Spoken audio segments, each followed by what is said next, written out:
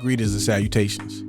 Welcome to another episode of 365 Days of Gaming. Appreciate you taking out time to check out this video. Do what the thing says right around here. Much appreciated, so thank you in advance.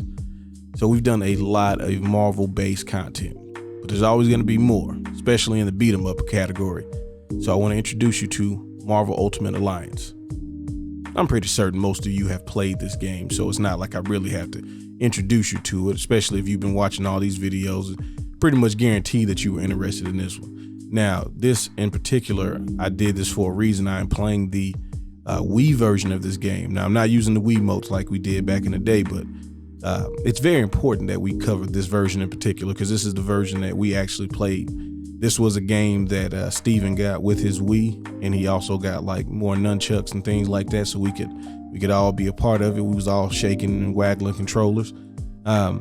And I do remember this being one of the few non-Nintendo games that actually took like advantage of the motion controls and not in a dumb way. Like, you know, things made sense the way you had to do things. And it was pretty cool. You know, at first it was like, oh, this is going to be gimmicky and annoying, but it really turned out to not be, you know, that way. And it kind of kept us, you know, engaged in some of the repetitive parts of the game, right? Like, you know, this game is really cool because you get to play with so many different heroes and you get to unlock different outfits for each one of them. And, you know, there's a lot of collectible type things going on in it. And it is a beat 'em up, but once you figure out, at least for us, once we figured out what power was the best with what character we wanted to play, then it was like, we were kind of, you know, it was kind of repetitive in that regard. But I thought the motion controls actually helped us not feel as repetitive as it could have been. So again, in my opinion, when people did the Wii motion controls correctly and like actually put effort into making sure that things worked correctly, games that were, you know, they weren't better, but they were just as good as any other AAA title during that time. You know, there were certain whatever, you know, power drawbacks to the Wii, but there were some things that it did that were really cool. And this game was an example of that. The other thing I liked that this game did is that when you pick different hero groups, you will get like different bonuses. They're nothing like game breaking, unfortunately, because I wouldn't mind being overpowered. But, you know, obviously if you put all the X-Men together on the team, then you get the X-Men bonus. If you put like the original Avengers on the team together, you get the original Avengers, you know, stuff like that. I know it's like, you know, kind of like corny, but like, you know, I like feeling like I found out something if I didn't know that, you know, this group was together. You know, you put certain people together and you get like X-Force and all of that. It's like, oh, that's pretty cool. This game also introduced me to Luke Cage because we had no idea who that dude was. Like, I'd heard of Power Man before, but never like Luke Cage, because most Marvel heroes don't go by their actual names. They usually have some sort of hero name. But, you know, seeing him in the game, which we started calling him Larry, it was like really cool because he's a pretty strong character. Now, for me personally, I played Iron Man like 98% of this game. Actually, I think I played a little Deadpool as well because he can shoot people, and I like that.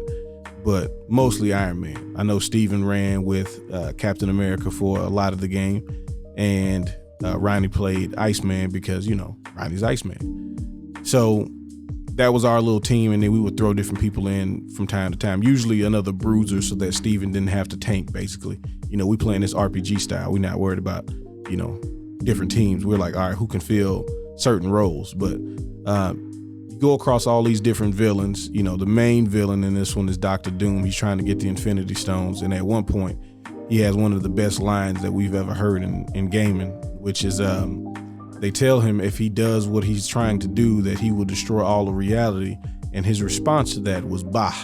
So it was like, all right, yeah, he don't care about nothing nobody's saying. But, you know, it kept the lineage of these Marvel-based beat-em-ups, whether we were going from X-Men Legends or, you know, X-Men on the Genesis. It was like, this is the next step. Unfortunately, we didn't get another one after the second one until 3 on the Switch, which isn't a bad game. I haven't finished it, but it's not a bad game. But for some reason, it doesn't 100% feel quite like these games. So this is why I say this is the peak of what they were doing. Like the sequel covered the Civil War, which was fine. It was a, you know, not a bad game either, but it also tried to do too much. This one for me is probably the best one in the series. Now, if you've played these games, definitely like to hear your thoughts on it. So, you know, favorite heroes, favorite teams, favorite memories. This is definitely a rent the game, you and some buddies, knock out 80% of the game in one weekend type of game. You know, some of my favorite kinds. So I definitely want to hear your thoughts and opinions and feelings on this one.